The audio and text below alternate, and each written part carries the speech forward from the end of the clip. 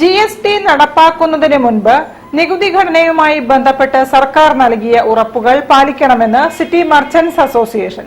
നികുതി ലൈസൻസ് ഘടനകൾ ലളിതവൽക്കരിക്കണമെന്നും വ്യാപാരി പ്രതിനിധികളുടെ യോഗം ആവശ്യപ്പെട്ടു.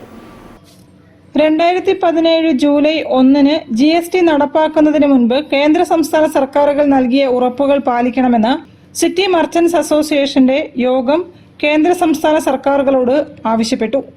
ഇന്ത്യയിലുടനീളം ഒരേ നികുതി ഒരേ വില, സർക്കാരിനും സമൂഹത്തിനും നികുതിദായകർക്കും ഉപഭോക്താക്കൾക്കും ഒരുപോലെ ഗുണകരം എന്ന് അവകാശപ്പെട്ടാണ് GST നടപ്പാക്കിയത്. എന്നാൽ ഇപ്പോൾ തൊട്ടതിനൊക്കെ വാങ്ങുന്നതിനും വിൽക്കുന്നതിനും സേവനത്തിനും മരുന്നിനും വാടകയ്ക്കും ഉൾപ്പെടെ വിവിധ തട്ടുകളിൽ നികുതിയും ലൈസൻസ് ഫീസുകൾ അടിക്കടി വർദ്ധിപ്പിക്കുകയുമാണ് ചെയ്യുന്നതെന്ന് അസോസിയേഷൻ മുൻ പ്രസിഡന്റും രക്ഷാധികാരിയുമായ ഷവലിയർ C. ചാക്കുണ്ണി പറഞ്ഞു.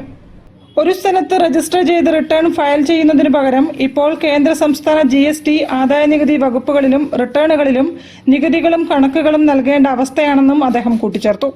നിവേദനങ്ങളും പ്രതിഷേധങ്ങളും സമരങ്ങൾ കൊണ്ടും ഫലം കാണാത്ത സാഹചര്യത്തിലാണ് യോഗം വിളിച്ചു ചേർത്തതെന്നും ഭാരവാഹികൾ അറിയിച്ചു. വർത്തക മണ്ഡലം ഓഫീസിൽ ചേർന്ന യോഗത്തിൽ അസോസിയേഷൻ പ്രസിഡന്റ് KP സുധാകരൻ അധ്യക്ഷത വഹിച്ചു.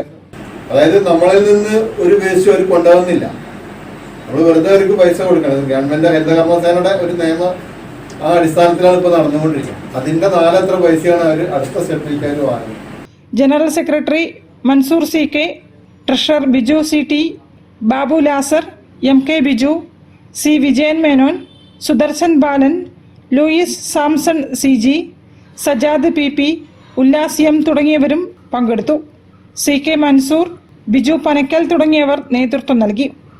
News bureau, Kozhikode. മയ്യഴി പുഴയുടെ തീരങ്ങളിൽ